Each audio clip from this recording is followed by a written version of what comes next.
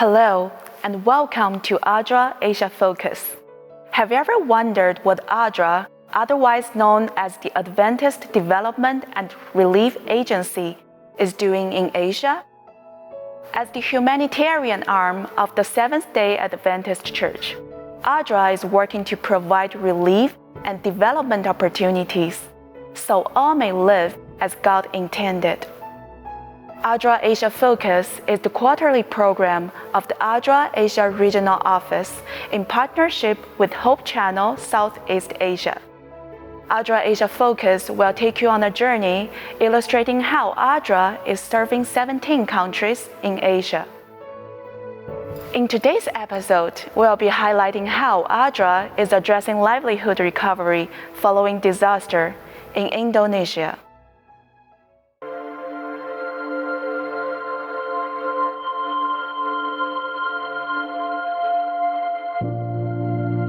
Formerly known as the Dutch East Indies, Indonesia proclaimed independence in 1945. Comprised of some 17,500 islands, Indonesia is considered one of the most populous countries in the world.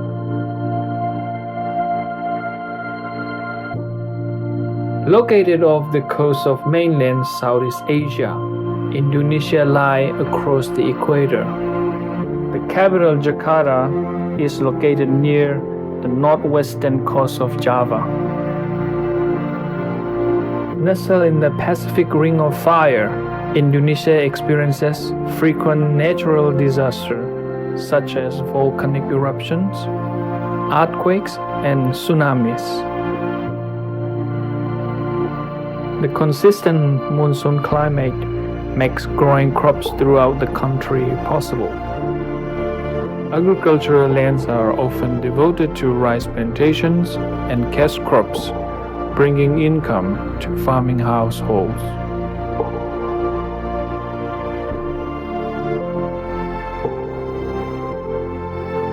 The Indonesian population is incredibly diverse, boasting more than 300 ethnic groups, twice as many distinct languages, and a mixture of major world and indigenous religions, majority of which profess Islam. With 9.8% of the population living below the poverty line, now Indonesia is considered the sixth country of greatest wealth inequality in the world. On the 21st of February 1991, ADRA registered with the government of Indonesia to begin activity in country establishing what we know today as ADRA Indonesia. Let us take a direct look at how ADRA has been impacting the life of this Indonesian family through growing maize. My name is Sulaiman. I am 47 years old. I live in Balumpewa village.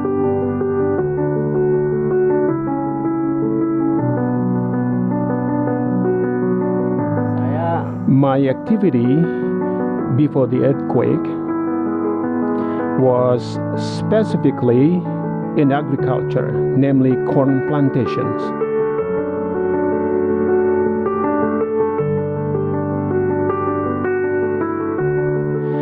The challenge for me is about the fertilizers.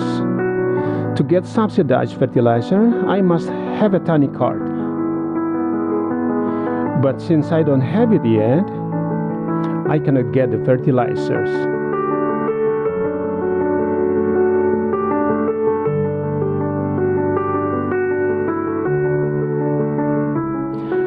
At this time, I feel grateful that ADRA has entered our village. It is Balumpewa village. And ADRA provides several pieces of training, such as business training and making organic fertilizer. And in addition, ADRA provides multi-purpose assistance, 5 million rupees. We use this fund to buy agriculture materials.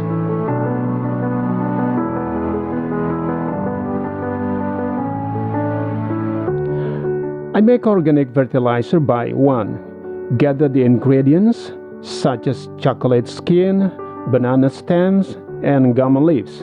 2nd, I chop the ingredients into small pieces. The 3rd, the process of making by drying for 2 up to 3 days. After that, the fertilizer is directly applied to corn plants. For me, the results are very satisfying.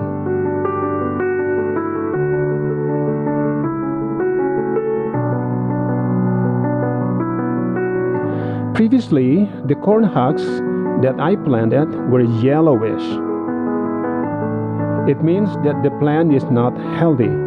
After I used organic fertilizer, there was a change in the corn leaves from yellow to green.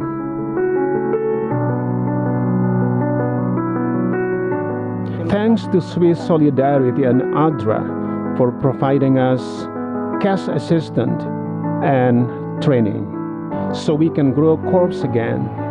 We thank you again very much. Through ADRA Indonesia's Relief Project, Sulaiman learned valuable skills in growing maize to support his family following a devastating earthquake that destroyed his agricultural land. To discuss this project in more detail, we are joined today by Project Officer Gracia Venus. Gracia, a warm welcome to you. First, can you tell us a little bit more about the Relief Project? The Relief Project is an acronym for Recover and Improve Livelihoods for Earthquake-Affected Families project, funded by Swiss Solidarity and ADRA Switzerland. The project was implemented in Sigi Regency in Central Sulawesi Province, and we assisted 739 affected households during the project of one-year term from October 2020 to September 2021. What were the conditions in the affected area, and why do you think this project was needed?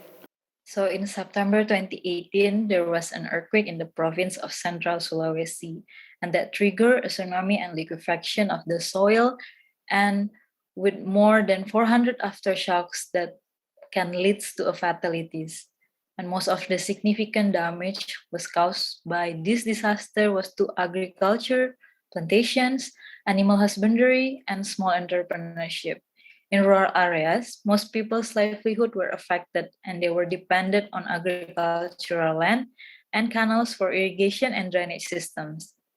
Sigi Regency in Central Sulawesi is one of the 62 underdeveloped regency in Indonesia, and they need an enhanced support during the period of 2020 to 2024. Unfortunately, Sigi Regency needs to wait for adequate funding from the national government since the allocation of the budget is currently being focused on tackling the COVID-19 pandemic. What is the main goal of this relief project, and what were the main activities? So the main goal is to help these earthquake-affected families in recovering and improve their livelihoods. There are 3 outcomes to support the goals. The first outcome is to, through irrigation, drainage systems, repairs, and mitigation measures against erosions and flash floodings, farmers can resume and improve cultivation of their arable land. Then second outcome is relief project establish community engagement in the local water association to improve water distribution and mechanism and maintenance of irrigation and drainage systems.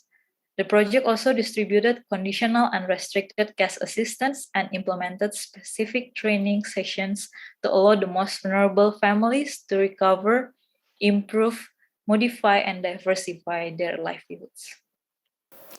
Can you describe what impact there has been in people's lives since this project has implemented? Following the earthquake, much of the land could not be planted optimally due to waterways and irrigation system being disturbed by the disaster. However, following the relief project, the community was able to use their land to the fullest. Not only that, the water distribution and maintenance system were even better than before. Communities have been able to recover with assistance of funds provided and an increased knowledge through trainings in running their businesses. There is one example of a small business owner, which is Ibu Sakina. He suffered a drastic decline in income after she attended a series of trainings and received financial assistance from the project. She was able to increase her profits of her business, and now she knows better business strategies and can keep simple bookkeeping. And also, her husband helped her in her business. What challenges did ADRA encounter? So, as we all know, the COVID-19 pandemic began in early 2020, and it has affected our project in several ways. With restrictions, this really limited our movement in project areas where community gatherings are limited in number and activity venues must be in an open area. Many of our beneficiaries are also older people, so we really need to make sure that the community stays safe when participating in the project activities. Therefore, we always comply with the COVID-19 or health protocols. Finally, let's discuss what other work is ADRA supporting to help those most in need. ADRA Indonesia is now assisting the most vulnerable groups of people to COVID-19, especially the elderly, in getting vaccinated. This activity is in line with the government's activity with an aim of accelerating vaccination rates across Indonesia. It is to create herd immunity and increase the immunity of vulnerable communities in dealing with new mutations and preventing the elderly or people with disabilities and those with comorbidities from being exposed to or becoming victims of COVID-19. Thank you very much, Gracia, for joining us today to provide a snapshot of ADRA's work in Indonesia. And now to this quarter's ADRA news. In India, ADRA has provided oxygen generator plants to hospitals in Pune, Ottapalam, Bangalore, and Newsvid. As a part of their ongoing COVID-19 response, ADRA is ensuring a provision of adequate healthcare equipment in combating a rise of infections during the country's third wave. During the second wave last year, ADRA was able to provide oxygen generator plants to the Adventist Hospital in Surat. A further 2 oxygen generator plants are on their way to reach Ranchi and Aizawl. In Sri Lanka, ADRA distributed 1,002 personal protection kits and IEC brochures on vaccination aftercare and several vaccination centers in Negombo and Minuwangoda area of Gambaha district. The intervention was carried out as part of the ADRA International funded Building Resilience and Vaccine Awareness Project, also known as BRAVE. And finally, in the Philippines, Category 5 Super Typhoon Rai, known locally as Typhoon Odette, wrought havoc on December 16, affecting more than 8 million people in Visayas Islands and northeastern Mindanao. The 180 to 240 kilometers per hour winds caused widespread flooding and landslides, resulting in 407 fatalities and destroyed over 350,000 homes. ADRA's emergency team quickly responded to provide cash or food assistance to over 6,000 households in Surigao del Norte, Dinagat Island, Cebu, Southern Leyte, Negros Oriental, Negros Occidental, and Palawan. This large simultaneous response was made possible through close partnership and coordination with the Adventist Community Services. ADRA Philippines wishes to thank the ACS, district pastors, Hope Channel, all individuals, and corporate donors and volunteers that contributed to making this response successful in reaching those most in need. Well, that's all in this quarter's ADRA News. If you would like to learn more about the ADRA Asia Regional Office and the 17 countries ADRA's work touches in Asia, visit www.adraasia.org. We ask that you continue to pray for ADRA and for the thousands of lives we serve. We hope that you have enjoyed this episode with a snapshot into a work of ADRA Indonesia. Thank you for your continued support. We will see you in the next episode.